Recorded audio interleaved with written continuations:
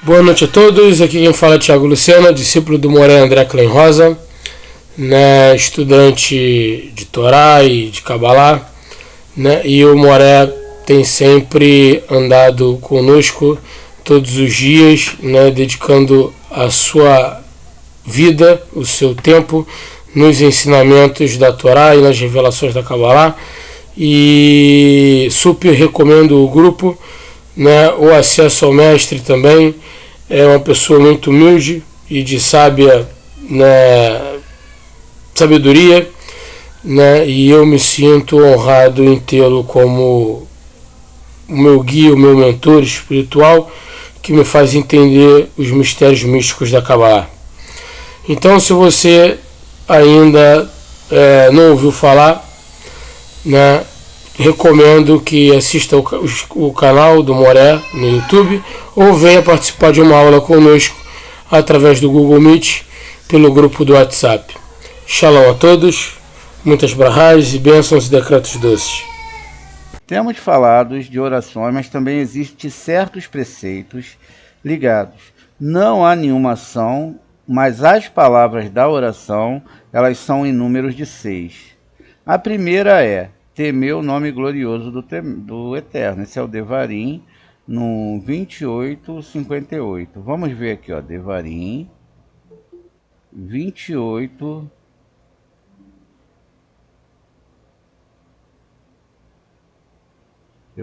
Devarim no 28, no 58.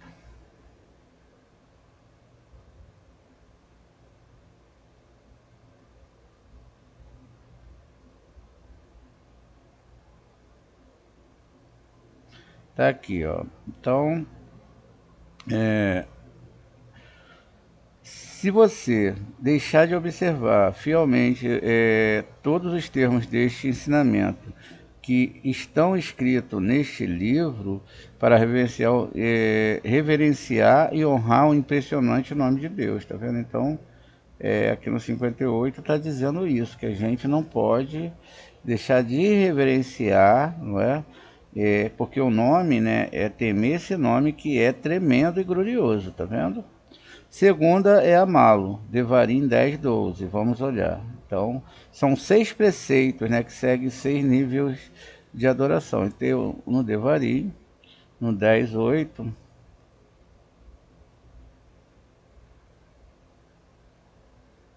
diz aqui. Deixa eu só conferir aqui a 10:12, não 8. Devarim 10:8.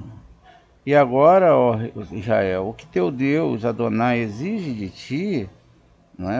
Somente isso, reverenciar Adonai, andar somente, tá vendo? Somente nos seus caminhos divinos e amar e servir ao teu Deus Adonai com todo o seu coração e alma. Essa é a exigência, que seria aqui no caso a segunda exigência dessas 6 palavras que a gente está falando. A terceira é abençoá-lo, abençoar o nome divino.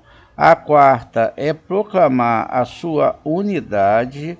A quinta é ordenar os sacerdotes que abençoem o povo. O sexto é ordenar o homem que entregue sua alma a Hashem. Esses 6 preceitos estão ligados às palavras da oração, assim como existem outros preceitos que estão ligados à ação de orar.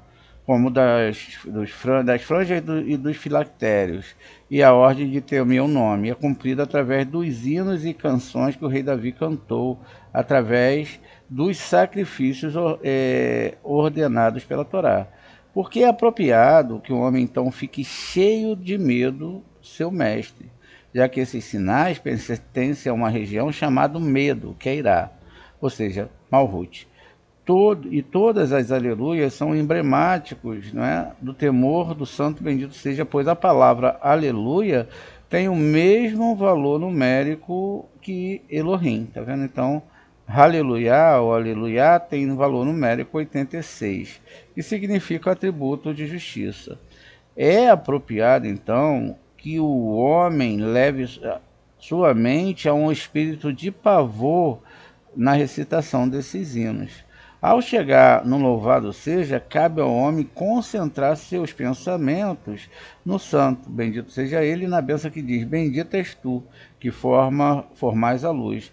Bendito sejas tu, Adonai, Criador do universo, o preceito de amá-lo se realiza na bênção que começa com amor abundante, que é seguida por amarás o Senhor teu Deus, que contém o mistério do amor do santo, né, que é um, bendito seja ele. E proclamamos a sua unidade quando recitamos, ouve, ó Israel, Adonai nosso Deus, Adonai é um, que é o Shema. Pois essa declaração contém um segredo da unidade de Deus.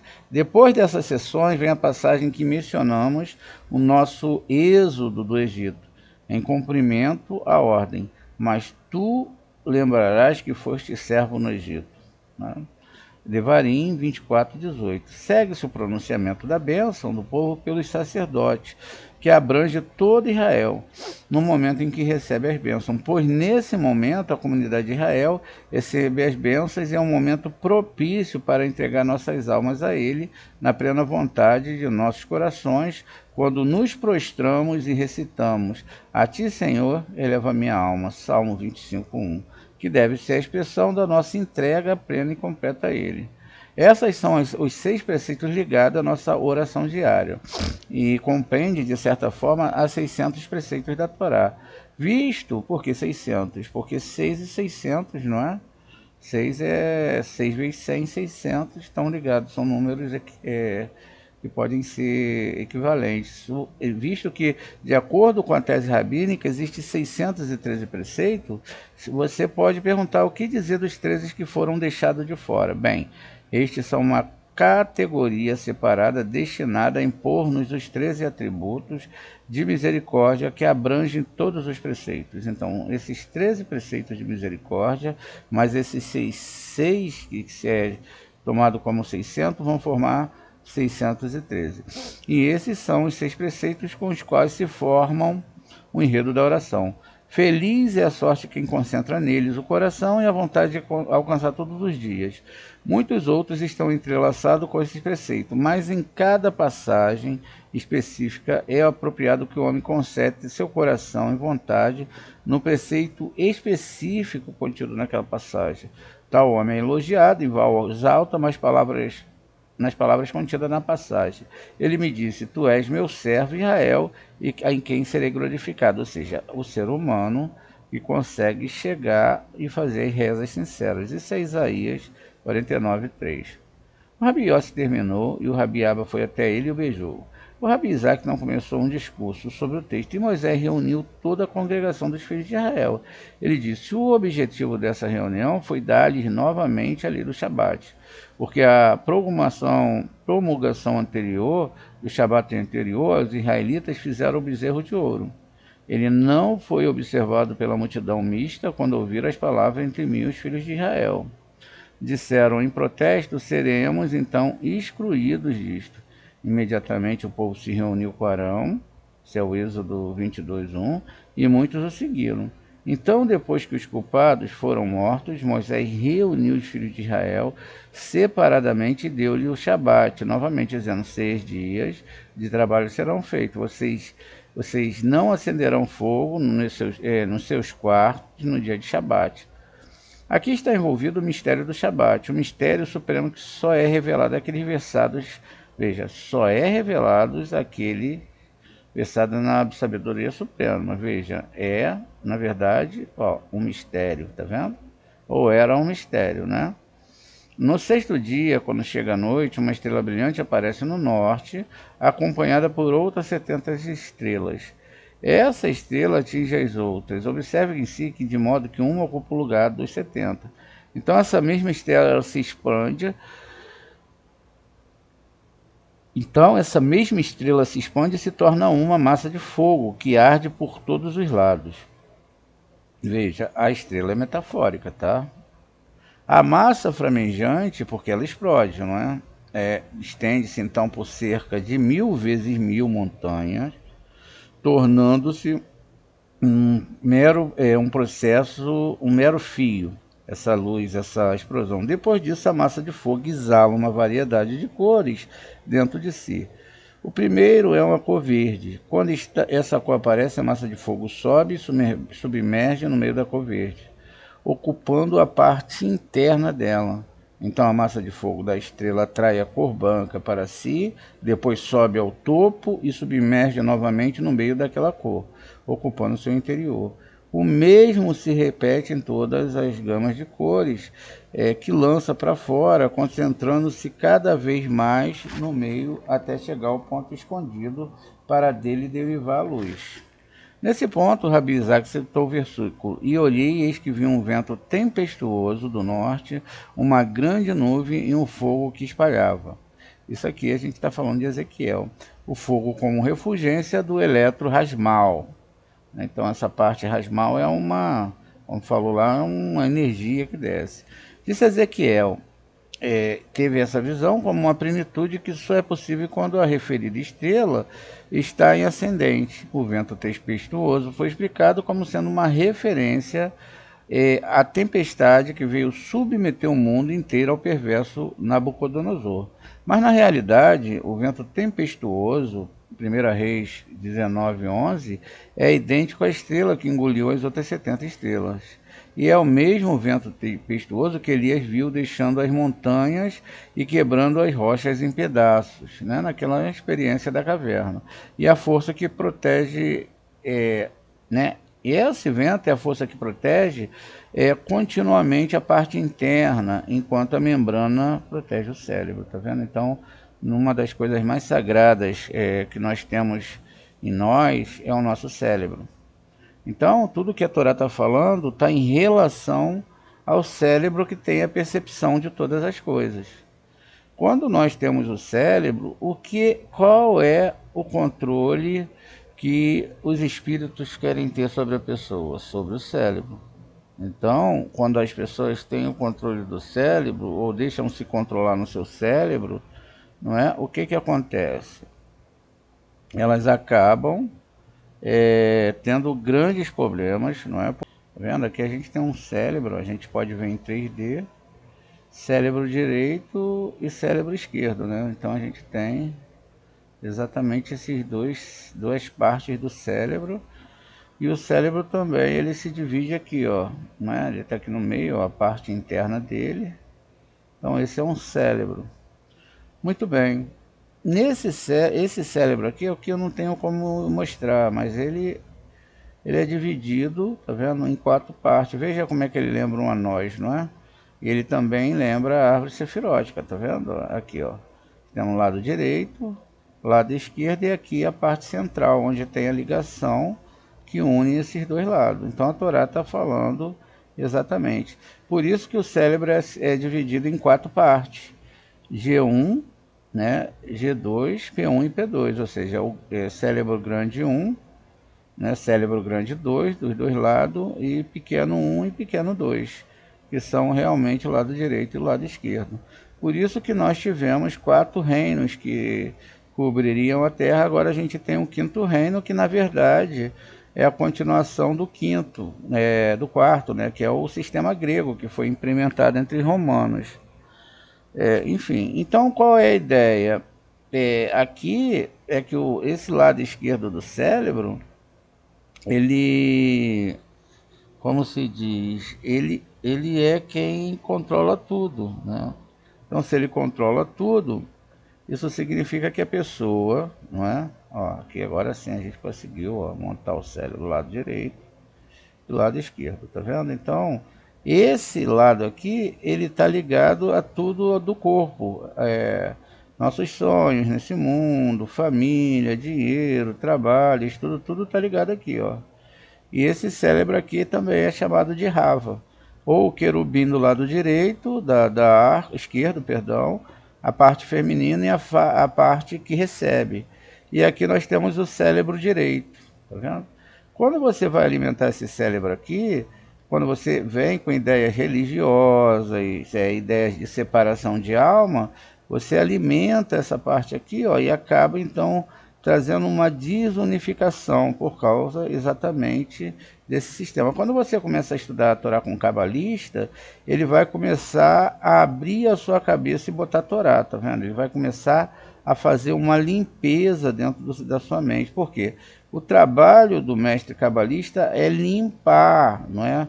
Não só através de ensino, mas também através de meditações, limpar a mente do outro. O que é extremamente difícil. Imagine para pagar uma ideia aqui.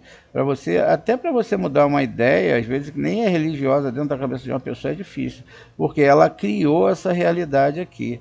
E o que é realidade aqui no nosso mundo? Nada, tudo é uma ilusão. Veja, a gente tem aqui os nossos olhos, enxergamos tudo aqui, mas tudo que entra aqui nesse mundo não é real, é a criação que vai para dentro do nosso cérebro. Portanto, a gente já falou que a cor não existe, essa caixa de crânio aqui ela é fechada, ela não tem luz. Então, tudo que você capta é através dos seus olhos que manda aqui para a parte de trás, não é? Essa parte de trás do córtex cerebral, ele tem uma TV lá atrás, ó, e aqui você vê tudo, tá vendo? E esse cérebro é responsável, né, por você sentir o cheiro. O nariz é o receptor, né, tal, mas é o cérebro que vai processar tudo quimicamente. O gosto que você vai sentir, a audição, tudo é o cérebro, é criado pelo cérebro. Só que aqui a ideia é que você vai viver aqui para sempre. E aí você não estuda a Torá, você não cria uma alma, tá vendo? Você não conhece nem os nomes divinos. E aí a ideia do que está falando aqui é essa, tá vendo? Ó? Então é chamado ventre tempestuoso, né? Aqui é a parte interna, a membrana que protege o cérebro. Que é chamado, veja, o que é chamado de vento tempestuoso? É isso aqui, ó. Não tem nada a ver com vento tempestuoso mesmo, tá vendo? Porque sacode o mundo superior. O que sacode durante a reza os mundos superiores? As nossas rezas, que são os nossos pensamentos, que tem que estar agregados ao ensino da Kabbalah para que a gente possa movimentar os mundos espirituais. A gente vai movimentando, falando as rezas, né? A gente acorda de manhã, faz aprender Modera Ninefaneha Melehai Vekayan Shirezartab Nishemati Rabaimo na terra. Eu graças perante ti, ó Rei, vivo e existente, pois restauraste a minha alma com amor e piedade. Modera Ninefaneha Melehai Vekayan Shirezartab Nishemati Rabaimo na terra. Acho que eu repeti a reza, né? E depois você faz o Natilat Adaim. E depois você vai, todas as rezas vai seguindo, até que você chega nas próximas, você chega no Matovu, você chega lá no Adonolam, né? E todas essas rezas você está construindo essa caminhada, até que você vai chegar lá na Amidá. Essa Amidá, então, quer dizer, o teu cérebro já tem que estar imbuído já de todas essas letras, e existem segredos tremendos dentro das próprias rezas, porque tem ali nomes codificados, tem valores, tem um nível de céu que você está chegando, então é algo bem complexo. Muito bem. Então entendemos que a membrana que protege o cérebro, porque o Rasmal, tudo que a gente vê são ondas cerebrais, tá vendo? Então todas essas ondas cerebrais, né, vamos dar uma olhada aqui em Ezequiel, para a gente dar uma olhada, já deixar no livro aqui, porque aqui abaixo a gente já vai ver outras questões. Então tudo está ligado ao seu cérebro, tudo. E você, é o que eu sempre falo para os meus alunos, não deixem controlar o seu cérebro. Não deixe a religião controlar o seu cérebro, não deixe as pessoas controlarem o seu cérebro, não deixe, não é? Eu sempre falo, as pessoas contaminarem sua cabeça com outras religiões ou com questões de falar que tem alguma coisa fora do controle do Eterno. Então, não se deve fazer isso, né? Aqui diz, né? Um fogo brilhante, a palavra rasmal vai ter que estar aqui, né? Então veja, um Ceará, Gadol, grande.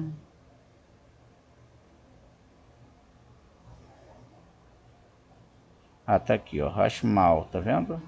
Então veja, aqui a palavra, o Rashmal, né? Aqui o rei não faz parte, e aqui eu tenho a Rashmal.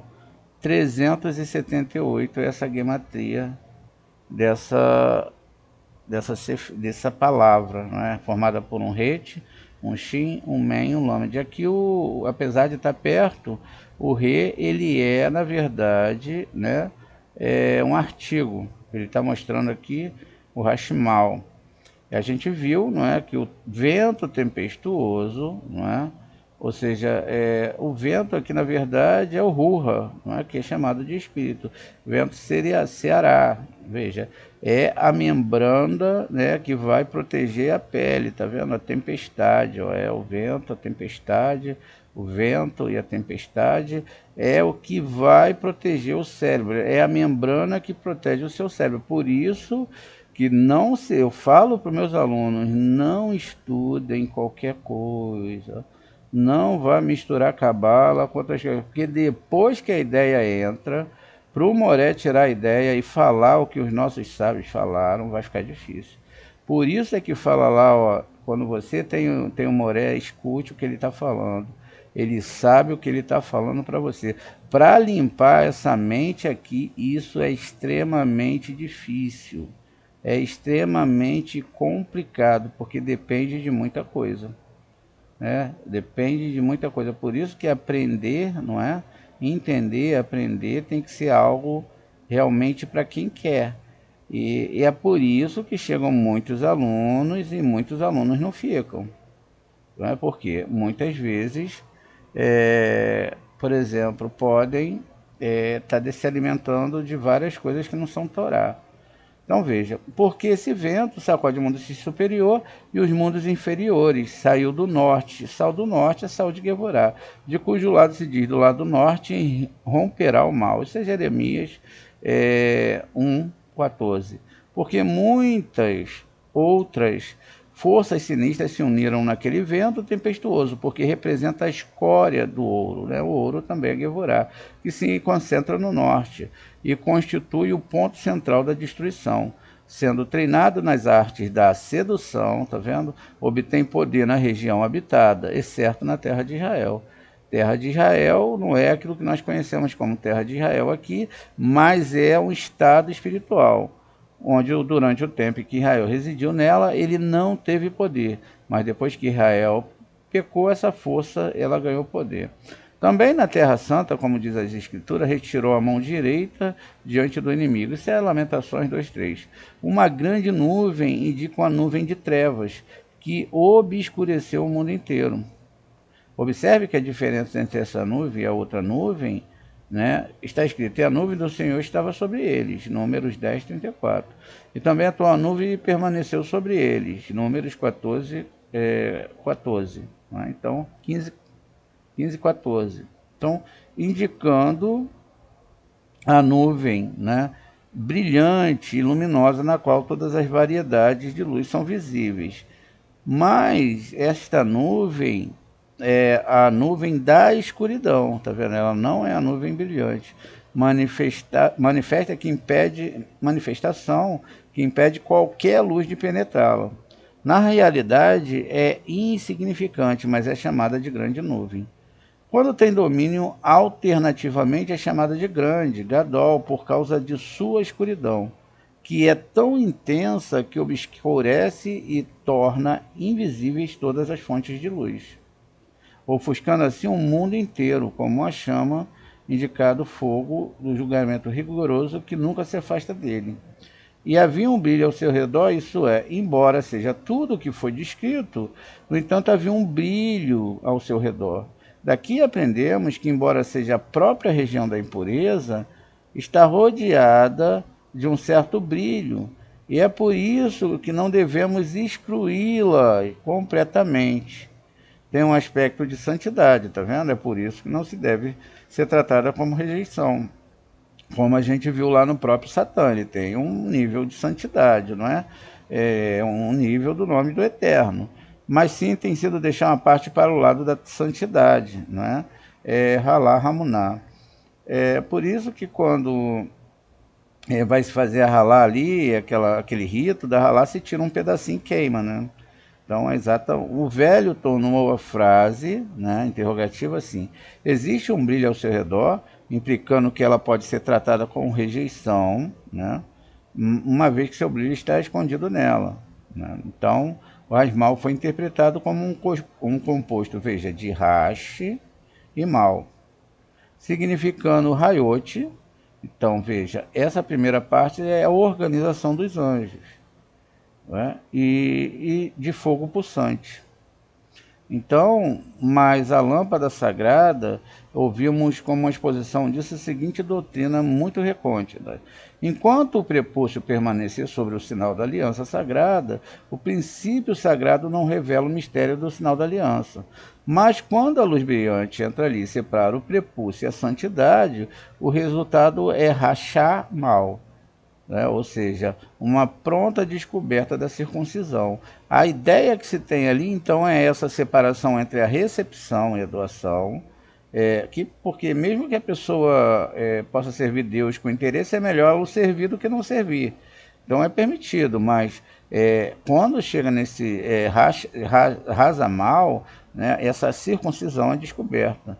Já que rashi significa logo, ou seja, rápido, né?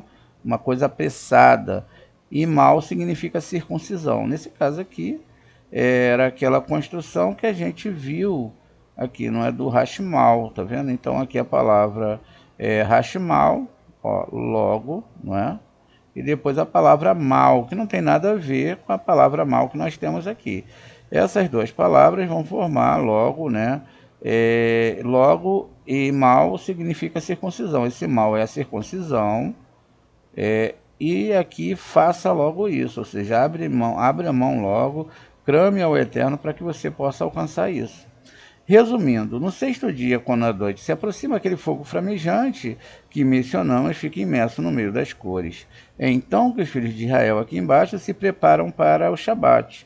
Preparam as suas refeições, arrumam as suas mesas, cada um de acordo com as suas posses. Então surge uma língua de fogo e atinge aquela chama de modo que ambos são lançados na caverna do grande abismo.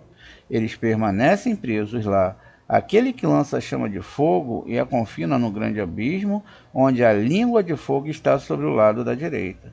E é em virtude disso que permanece até o fim do Shabat. É apropriado que na conclusão do Shabat, cada israelita pronuncie uma bênção sobre o fogo, para que a língua de fogo, sobre as forças daquela bênção, ressurgisse, mantendo seu comando sobre a chama e mantendo-a subjugada durante toda aquela noite. Observe que no momento em que o Shabat começa, aquela chama de fogo é aprisionada, todos os fogos do tipo prejudicial são igualmente escondidos e suprimidos, incluindo também o fogo do Guiena. Assim, os pecadores têm uma trégua, na verdade, há também um período de descanso para todos nos mundos superiores e nos mundos inferiores na conclusão do Shabat. Quando os israelitas dizem a bênção sobre a luz, todos os fogos que estavam escondidos reaparecem e cada um retorna ao seu lugar. E é para evitar que se acenda qualquer outro fogo que se dá a ordem para não acendereis o fogo, não é? De vossos quartos no dia de Shabat. Mas vale a pena perguntar, e o fogo do altar que era aceso? A explicação é, imediatamente após ocorrer a entrada do Shabat, uma proclamação é feita em todos os céus que diz: preparem-se, ó vocês, equipes e legiões da carruagem, para encontrar seu mestre. Depois disso, um espírito sai do sul, não é? E que se espalha por todas aquelas equipes de legião. Mas lembrando que aqui a direção é uma Sefirá, não é? Então, Su é a Sefirá Tiferet. A gente está falando de mundos espirituais. E esse fogo também é espiritual, né? Então, criado através dessas rezas e desse fogo das letras hebraicas. A carruagem do lado direito, que se cobre com ela como se fosse uma vestimenta. Veja, a carruagem aqui a gente está falando das raiotes, né? Esse espírito é chamado de vestimenta solene do Shabat. Então a mesa desse mundo são preparadas em um determinado palácio, fica feliz e a sorte do homem cuja mesa baixa aparece, devidamente posta cada coisa preparada da melhor maneira, de acordo com seus meios, para que ele não tenha motivo para se sentir envergonhado, tá vendo? Então, o seu nível de estudo de Torá, a mesa que você vai botar tem que ser mediante aquela questão de quanto você pode se empenhar nisso, né? E a quantidade é o que você pode. Mas vamos lá, você tem um tempo que você pode estudar a Torá. Você vai fazer outra coisa, não é? Então você está perdendo um tempo para se levar espiritualmente. Então o Eterno, ele não vai se agradar disso, né? Ele se agrada que você, com o tempo que você tem livre, você estude a Torá. O que vai acontecer? Eu tenho pouco tempo livre, mas eu estudo a Torá. Ele vai aumentar as probabilidades, pode até demorar, para que você possa estudar essa Torá de noite. Então ele vai aumentar o tempo que você vai poder fazer isso. E aí é uma coisa bonita que acontece, né? Então, quando chega o Shabat, cabe ao povo santo lavar-se dos vestígios do seu trabalho dos dias profanos. Por que razão? Porque durante a semana um espírito diferente ronda e paira a cidade, com o propósito de retirar esse espírito e revesti-lo de outro espírito.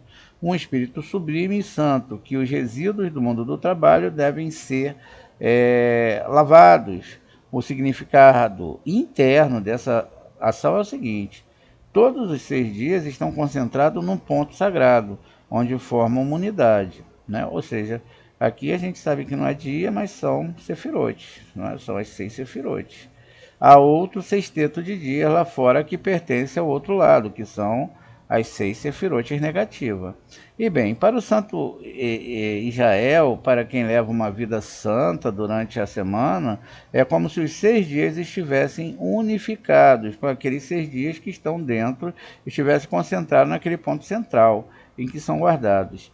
Esse ponto, por sua vez, fica oculto durante 6 dias, mas na entrada do Shabat ele se eleva, onde é decorado e unificado com o ciclo completo do dia, sendo todos eles absorvidos. Observe isso. Há dias e dias, existem os dias das semanas comuns, como já foi dito, esses existem à margem e para outras nações, mas há dias sabáticos. Estes são os dias semanais, tal como existem para Israel. Pois bem, quando esse ponto sobe, tudo fica oculto, e só ele tem domínio sobre o nome do Shabat. Esse nome, além do simples significado de descanso, tem um significado esotérico, que associa aquele ponto aos patriarcas. Porque o termo Shabat, aí dica aqui de passagem, patriarcas são o Yaakov em Tiferet, Gevurah e Tzahak, e lá em Hesed nós temos Abraham, que é o caminho ali para Binar, não é? Apesar de também Gevurah ter ligação com Binar, a gente está falando desse salto de Hesed para Binar. Porque o termo Shabat pode ser resolvido aqui na letra Shin, que indica 3, ou seja, os 3 bastões, em sua forma. Qual é a ideia que ele está falando aqui, esses 3 bastões? É que a própria ideia, né, esse que a gente está falando aqui, é que o próprio Shin, ele representa algo interessantíssimo. Primeiro que ele tem uma válvula, uma parte do coração que a gente tem, que é muito parecido com a letra Shin, está lá dentro do coração essa marca. Isso é interessantíssimo, porque vai mostrando a ligação de um todo, né? de um todo com a Torá, da Torá com todo, com tudo, e que tudo isso tem uma representação muito grande.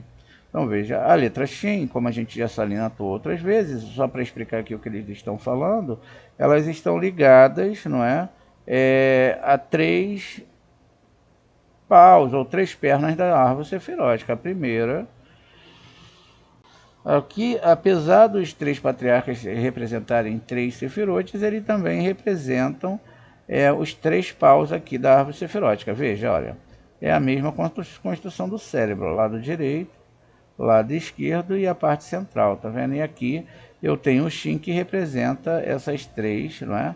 Qual? Aqui do lado direito eu tenho Abraham com a letra Vav.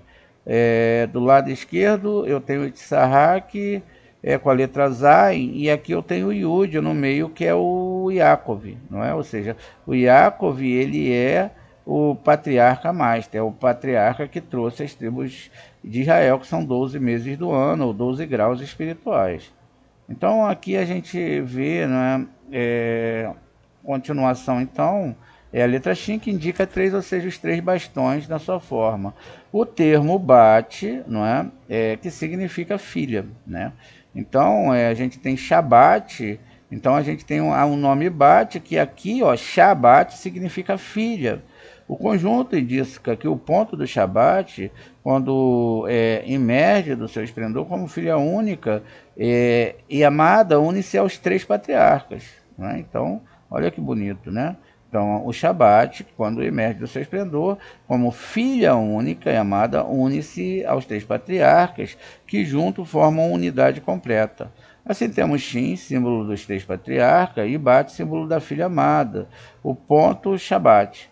Juntos eles formam a unidade e expressa-se Shabbat, né? Shin, Beit e Teft, né? E também é um Shabbat superior formado a partir do mundo futuro. E aí, então, esse Shabbat agora sim é revelado para a gente aqui, que na verdade é chegar em Binah, tá vendo? Então, Binah é o ponto central, que também é chamado de Bat, filha, não é? Também tem um sistema feminino, também é chamado de Ima, mãe, ou Rava e etc. Quando esse ponto inferior do Shabbat se eleva, torna-se visível e adornado. O espírito de alegria se espalha pelos mundos superiores e inferiores. Além disso, durante aquela noite, aquele ponto irradia sua luz, abre as asas sobre o mundo para que todos os outros poderes desapareçam do mundo e permaneçam só no estado de segurança. Quando os israelitas, cada um deles, torna-se a residência de uma alma adicional, sobre cuja influência a dor, a tristeza e a irritação são esquecidas, como a pena, alegria e alegria espalhadas pelo mundo superior e inferiores, na sua descida a alma adicional ou suplementar é banhada pelos suaves perfumes do Jardim do Éden. Após o que desce, repousa sobre o povo santo. Felizes são os dessa cidade quando esse espírito os permeia no tempo da descida do Espírito, que no caso é o Rua. Acompanhando no Jardim do Éden estão 60 equipes de carruagem em toda a sua glória, voltadas às 70 direções. Quando ele chega ao Jardim do Éden, né, que aí nós estamos de novo aqui em Binah, todos os espíritos e almas que o habitam se movem ao encontro desse espírito de Shabat. Sai uma proclamação e diz: Feliz são vocês, ó povo de Israel, a quem seu mestre doutor de um espírito adicional. Aqui é uma doutrina muito recôndita, que só os iniciados da sabedoria, veja, somente quem tem a sabedoria é que vai chegar nessa questão dessa doutrina recôndita e mística. Eles que vão conhecer isso. Este espírito é efetivamente a extensão do ponto do Shabbat, a partir do qual cresce e se espalha por todo o mundo. Isso constitui a verdadeira interioridade de Shabbat aqui abaixo, isto é, especialmente aludido pela ordem. Portanto, os filhos de Israel guardarão o Shabbat. Deixa eu só dar uma explicação para vocês melhor, para que vocês possam entender, não é? Essa construção que a gente está tentando fazer aqui de uma forma melhor. E a nossa aula já está praticamente acabando. Então vamos lá. Temos aqui uma organização de uma árvore. A gente conta, ó, primeiro, né, primeiro dia, os dias são as sefirotes, segundo dia, terceiro dia, quarto dia, quinto dia, sexto dia, é Shabat. Você chegou aqui onde você podia chegar. Daqui por diante você trabalhou 6 dias, tá vendo? 6 dias. Essa luz aqui de Binah, que você tem que chegar aqui, ela também tem que vir ao seu encontro. Então, se você está aqui na 7, chegando aqui no meio, você é 7,5, que é a palavra Cohen. Palavra Cohen. E aí aqui veio a Shekhinah e Binah ao seu encontro. Então aí agora vai ser diferente. O Shabat vai descer, ó. Primeiro dia, segundo dia, terceiro dia, quarto dia, quinto dia, sexto dia. E aqui, como alcançou esse mundo espiritual aqui, é Shabat. Quer dizer, quando você chega nesse nível, ou você aqui embaixo chegou nos níveis e o nível desceu para você, o que aconteceu? Você fez o Shabat, você chegou ao conhecimento. Mas como isso acontece? Isso só acontece quando você faz a linha de retorno, você espelha para que isso aconteça. E como que eu espelho isso, Moré? Porque alguns alunos são muito abençoados, falam, poxa, Moré, eu sinto paz, pô, eu estou bem pra caramba, e outros não são. Me explica isso. Outros têm exatamente o contrário, outros têm, pô, não tá legal para mim não, eu estou passando por um problema, né? E eu já sei o porquê que é, porque não depende do Moré. O Moré, ele tem que ensinar, depende do aluno, é o aluno, não é, que tem que se esforçar. Veja, Israel atravessando o Mar Vermelho significa que ele refletiu daqui para cima, encontrou um espelho aqui, e aí de novo agora a luz voltou para ele, tá vendo? Ele não para de fruir, ele não para de doar e ele não para de receber. Qual a ideia aqui? Que ele não deve receber para si mesmo. Então ele se torna um tubo, tá vendo? Ele vai atravessar o Mar Vermelho. E aí esse Mar Vermelho não é atravessar direto, tá vendo? É atravessar, vai, bate lá e volta de novo. Isso é chamado e até em Sof voltar e volta até você. E você vai nesse ciclo aqui de recepção e doação, recepção e doação, doação e recepção. Você pode até começar a história aqui em recepção, não é? Pode falar. Amoré, no caso, fazendo essa parte do religioso, está literal. Será que no isso faz essa espiritualidade chegar a esse nível de ou não? Olha, eu vou ler com você aqui o Zohar, vou deixar o Zohar te responder, tá bom? Eu vou ler aqui, vou abrir o Zohar aqui e vamos para o primeiro mandamento de Abraão. Vamos ver aqui o que está falando, porque a gente tem que ter muito cuidado para não voltar, não de repente, a questões religiosas. Eu vou explicar por quê. Vamos. Eu sei. Mas entendendo o conhecimento mais profundo que ele por exemplo, o pão representa a pessoa, o vinho é segredos, né? E aí, essa literalidade, você evoluir, entendeu? Não, a pessoa, todos nós começamos na literalidade. Eu fazia rezas, isso é rezas tal. Não, o que acontece é o seguinte, deixa eu explicar. Eu vou ler com você aqui para você entender, não é? O que está falando o Zohar, para que você possa compreender aqui comigo, não é? Ó, estou pegando o Zohar do Michel Leitman. A gente vai lá para o mandamento de Abraão, quase lá no final. Deixa eu ver aqui, ó. 12º mandamento é um pouquinho mais acima. Vamos ler junto aqui porque é importante, né? Aqui é a saída de Shimon Bar Yochai da caverna. E aqui é uma história muito complexa, você tem que se entender, mas aqui a gente vai conseguir estudar entendendo junto. Vamos ver o primeiro mandamento. Eu vou deixar você ler. Você consegue ler daí? Consegue, Gina? Estou aqui fora, estou aqui na fila. Ah, se não der, você deixa que eu leio. Eu estou sem óculos. Tá bom. Então vamos lá. Deixa que eu leio então, para não atrapalhar. Ó. Bereshit bara Elohim. No princípio, o Criador criou a primeira mitzvah, que era o mandamento. A raiz da fundação de tudo. Veja, de tudo. Ela é chamada temor ao Criador, ou Reshit. Reshit, que está lá depois de Bereshit, não é? Então, é princípio esse Reshit. Como está escrito, temor ao Criador é o princípio da sabedoria. Ou seja, essa sabedoria é a construção nos mundos superiores, não é? Rohimá, Binah, não é? Sabedoria e entendimento. Temor ao Criador é o princípio da sabedoria, por esse temor se chama o princípio. E ele é o portão que conduz a fé, e o mundo inteiro baseia-se nessa mitzvah. Não só Israel, mas todo mundo. É difícil compreender porque o temor se chama o princípio. Tá vendo? Não é nada fácil. E por que ele precede a sabedoria e a fé? O Zohar responde: é porque o temor é o princípio de cada sefirá. É impossível alcançar qualquer sefirá ou propriedade sem primeiro alcançar a propriedade do temor. Todavia, isso implica que o temor é meramente um meio de alcançar outras qualidades ou propriedades.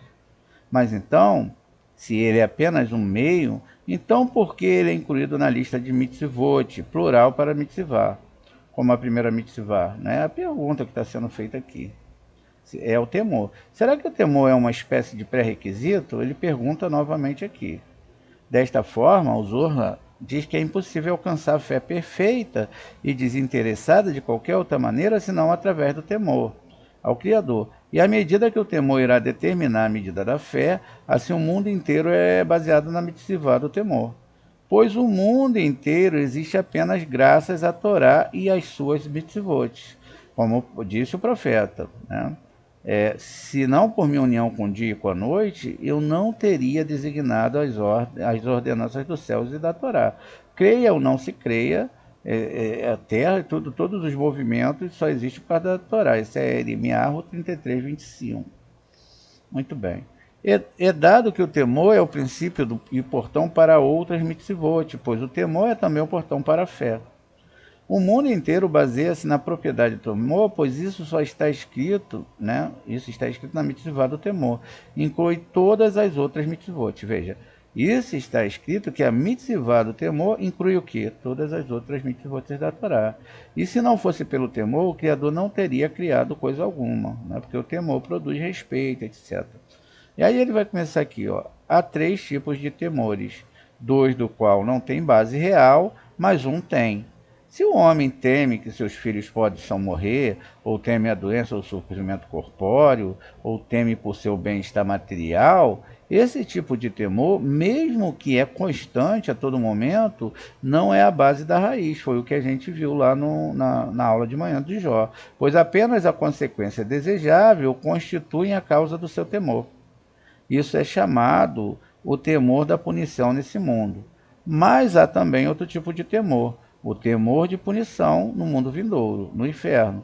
Estes 2 tipos de temores, o temor da punição neste mundo e no mundo vindouro, não constituem a verdadeira base e raiz. O verdadeiro temor é o temor ao Criador, pois ele é grande, o Todo-Poderoso, pois ele é a fonte de tudo, e todo o resto é nada comparado a ele. O homem deve concentrar toda a sua atenção nesse tipo de temor. Aí ele continua. Há 3 tipos de temor perante o Criador, mas apenas um deles é considerado o verdadeiro temor. E aí, se alguém tem medo do Criador e observa suas mitzvot para que ele e seus filhos estejam bem e prósperos, isso constitui o primeiro tipo de temor de várias punições nesse mundo. Se ele observa as mitzvot do Criador porque ele teme a punição no inferno, esse é o segundo tipo de temor. O Zohar diz que nenhum, tá vendo? Nenhum destes 2 tipos é verdadeiro. Eles estão ligados somente às consequências, não ao temor do poder do Eterno mesmo. Pois o homem observa as mitzvot apenas por medo da punição, pelo bem do seu próprio benefício, não porque esses são as mitzvot do Criador. Nesse caso, o seu bem-estar pessoal é a causa da sua observação e esse temor é meramente uma consequência da sua vontade de receber prazer. Em vez disso, o verdadeiro temor deve derivar da grandeza e da onipotência do Criador, pois ele governa sobre todos e é a fonte de tudo. Todos os mundos emergem dele. As suas ações testemunham a sua grandeza e tudo que ele criou e é nada comparado a ele, pois nada acrescenta a ele. Nada, né? E aí continua. Então nós podemos ver claramente que não há nenhuma diferença na ação. Veja, na ação, né, de um indivíduo que observa o primeiro ou o segundo tipo de temor. Não tem como a gente, né, ver isso, né? Então não tem nenhuma diferença. Enquanto o outro observa devido ao terceiro tipo, ou seja, pelo tipo certo. Para um espectador, eles executam a mesma ação, as mitzvot do Criador, mas a enorme diferença entre eles reside apenas na sua intenção. Está vendo aqui, ó, a intenção. A sua motivação, Qual é? É por medo do inferno, dinheiro, riqueza, etc., ou é pelo temor do Criador mesmo? Porque eles observam o decreto do Criador. Assim é impossível, né, discernir o grau espiritual de um homem pela sua, preste atenção, ó, pela sua observação externa das mitzvot, que é visível a todos, todo mundo vê.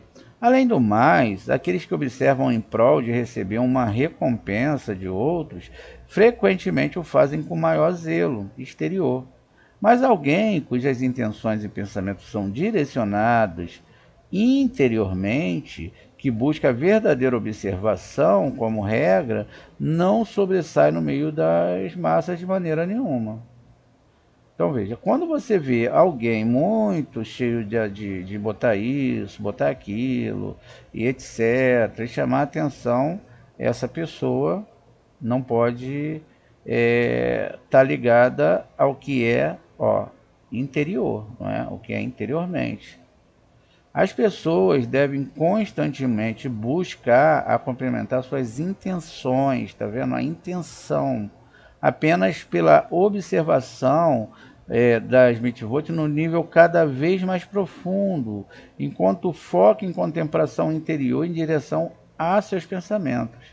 Ele não deve, de forma alguma, se envolver em excessiva observação mecânica sobre a qual há uma clara proibição. Não exagere nas mitzvot. Pelo contrário, a pessoa deve devotar toda a sua atenção à realização do verdadeiro temor, que é a primeira mitzvah ao Criador. Como decreta o Rabino Baruch Ashlag, diz, temor ao Criador é o desejo constante e desinteressado que é expresso num pensamento: fiz eu tudo que pude pelo Criador ou alguma coisa que eu possa fazer por ele. Muito bem. Aí aqui ele vai começar a chorar se ele revela ou não revela o segredo disso tudo, né? Então, muito bem. O que acontece? Eu tenho que mudar a minha internalidade. Eu tenho que fazer os mandamentos internos. Por quê? Quando está se falando de Tzitzit e etc., não está falando exatamente de você fazer isso, mas construir os mundos espirituais. Não é? A gente tem que até fazer essa aula, tem que remontar essa aula com vocês, porque isso estão ligado aos nomes espirituais internos.